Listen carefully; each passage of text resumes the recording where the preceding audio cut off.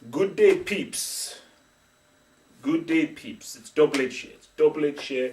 Double to the H here. It's here. I'm here. I'm here. I'm alive. I'm here. I'm here. Deal with it. All of it. Yeah. I'm Mansu. Dan Shield. Yeah. For this little segment here, obviously, it's been a long time since I've put some vids back there. I thought, let me start off big time. Let me start off big, but a big time. So this is a little bit of a retrospective, because I've been doing a little bit of my retrospectives on boards. So for this retrospective, I wanted to talk about Commando. I watched the flick last night. I thought I think this was a very good retrospective, the first retrospective to do on El Video. See, Commando, whether you like it or not, is a great film.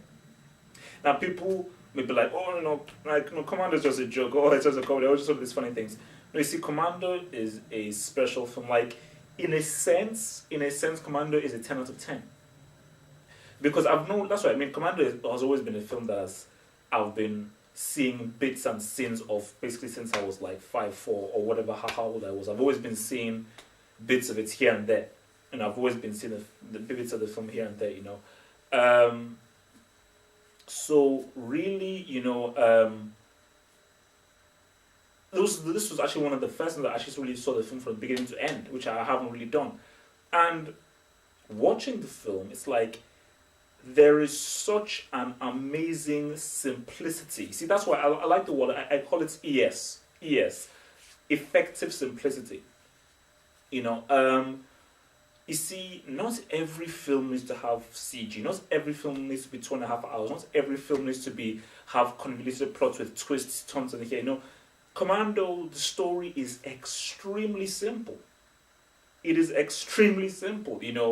A guy who works for this special kind of unit of mercenaries or something has his guys taken out, and these people basically steal his daughter because they're using his daughter as leverage for him to basically go and kill this president in this foreign country. And obviously the guy, John Mitchell, played by Arne, basically turns the table and basically tries to take out this guy who basically kidnapped his daughter. And that is pretty much the crux of the story.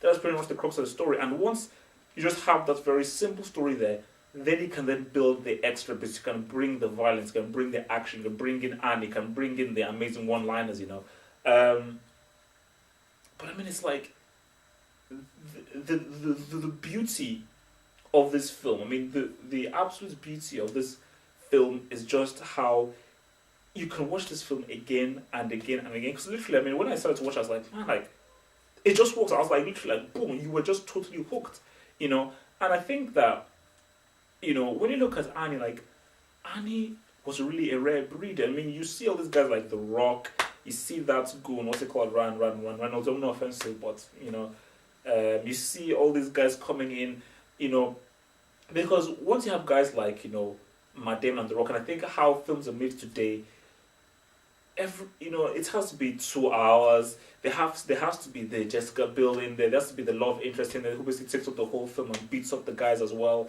There has to be all this kind of CG stuff in there. There has to be just this ridiculous action set pieces which take over the film. But you see, back in the day, in the 80s, back in the 80s, the style was the film. Command was this film is to service a man. That's it. The director knows that, look, bros, I'm going to just step aside. Annie is the guy in here. Boom. And everything within the film, the supporting cast, the soundtrack, ding, ding, ding, ding, ding, ding, ding, ding, or whatever how it's called, is all to service Annie. And I think basically one of the bits, because I mean I only basically try to give you an insight of just how great this film is by comparing it to an action film made today, obviously Expendables, which was obviously a throwback. You see, one scene stood out for me in Commando. You see, films like these films, they have to be an 18.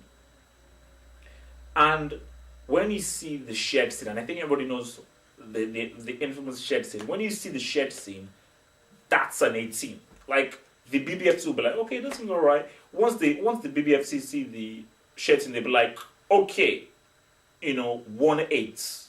Red little symbol. This is an 8 scene. Bada bing. Like I'm out. Like they'll actually leave after that scene. They'll be like, look, clear off 18. Just clear off. After this, like, clear off shed. So that scene, clear off. See, in that shed scene,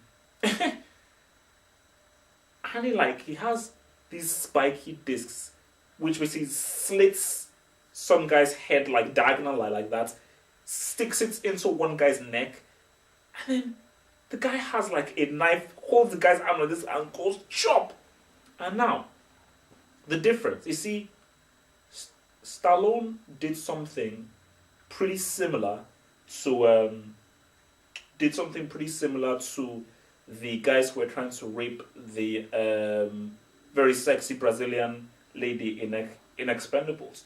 But the thing is that he used once he used CG blood, you're like, okay, yeah, this just looks like cartoon violence, and it just doesn't have the same effect. Hence why, you see, if that scene was done with real effects, real blood, and actual real prosthetics, the film has to be an 80. It has to be an 80. But for Commando, once you see that scene, you're like, okay, no, this isn't just cartoon violence, man. No, this is real violence, And, I think like, it's just such a shame that films like Commando just aren't made anymore. And I think it's because, and I think actually the society breeds the art. Art breeds society. They're all interlocked. They work hand in hand.